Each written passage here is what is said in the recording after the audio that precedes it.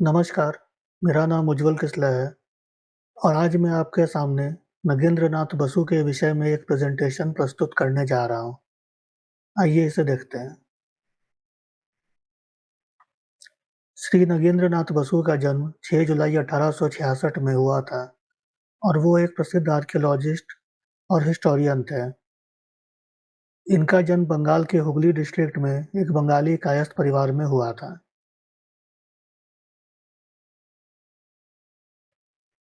नगेंद्र नाथ Basu Orissa government के लिए official surveyor के तौर पर कार्य करते थे और अपनी यात्राओं के दौरान इन्होंने बहुत सारे स्कल्पचर्स, कॉइन्स और इंस्क्रिप्शंस को इकट्ठा किया था।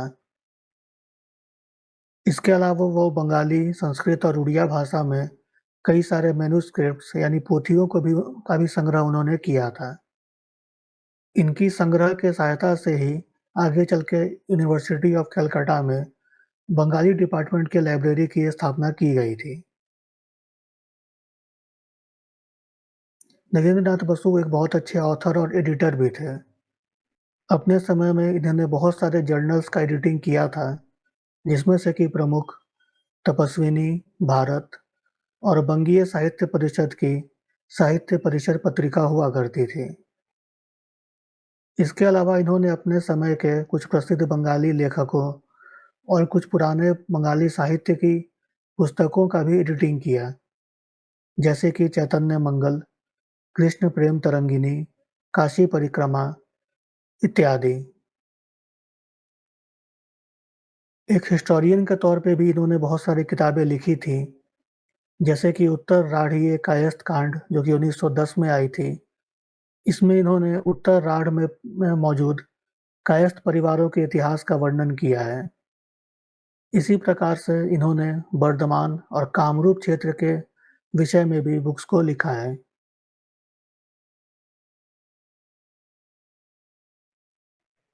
1884 में इनकी एक प्रसिद्ध पुस्तक शब्देन्दु महाकोश पब्लिश हुई थी। यह एक इंग्लिश बांग्ला डिक्शनरी थी। इसी दौरान ये एशियाटिक सोसाइटी के मेंबर भी बने और वहाँ से इन्होंने बहुत सारे स्कॉलरली बुक्स और एसेस को पब्लिश किया। इनकी अन्य प्रमुख पुस्तकों में बांगर जातीय इतिहास, कायस्थर वर्ण परिचय, archaeological survey of Mayurbhanj, modern Buddhism and it's followers in Odisha and social history of Kamrup शामिल हैं। इसके अलावा इनकी रुचि लिटरेचर में भी थी और इन्होंने शेक्सपियर के मशहूर ड्रामा हैमलेट और मैकबेथ का बांग्ला में अनुवाद भी किया था और ये बंगीय साहित्य परिषद से जुड़े रहे और उसके रेगुलर कंट्रीब्यूटर रहे।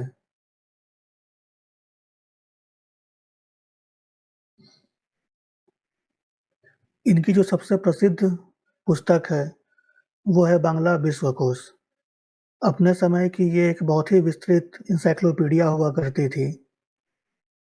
इसका पहला वॉल्यूम 1887 में त्रैलोक्यनाथ मुखोपाध्याय और उनके भाई रंगलाल के द्वारा निकाला गया था, परंतु इसके बाद इस पूरे प्रोजेक्ट को श्री नंदलाल बसु ने ही कंप्लीट किया और इसके बाद इन्होंने 1911 तक में करीब 22 वॉल्यूम्स में इस बुक को कंप्लीट किया।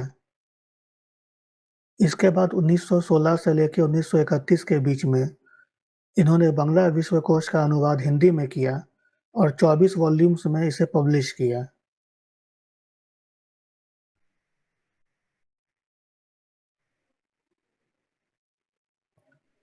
श्री बसु की एक और महत्वपूर्ण पुस्तक बांगर जातीय इतिहास है। इसमें इन्होंने समाज में उपलब्ध कुल पंजिकाओं तथा घातक यानी मैच मेकर्स की सहायता लेकर डेटा को इकट्ठा किया और उसकी सहायता से बंगाल में मौजूद जातियों के इतिहास का वर्णन किया। 1911 से लेकर 1933 के बीच में कई वॉल्यूम्स में इस पुस्तक को छापा गया। सन 1902 में एन.एन. बसु ने कायस्थ सभा की स्थापना भी की थी और वो इसके पत्रिका कायस्थ पत्रिका के लिए भी लगातार लिखते रहे। आइए बात करते हैं इनके कुछ ऑनर्स और लेगेसीज के बारे में।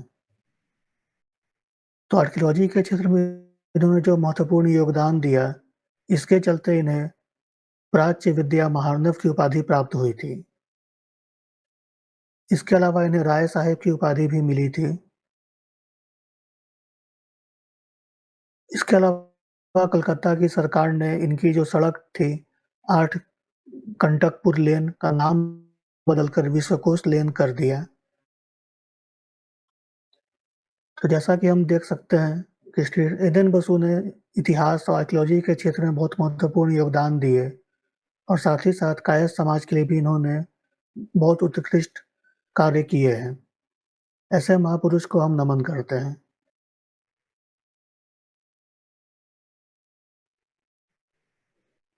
इस प्रेजेंटेशन को देखने के लिए आपका बहुत-बहुत धन्यवाद।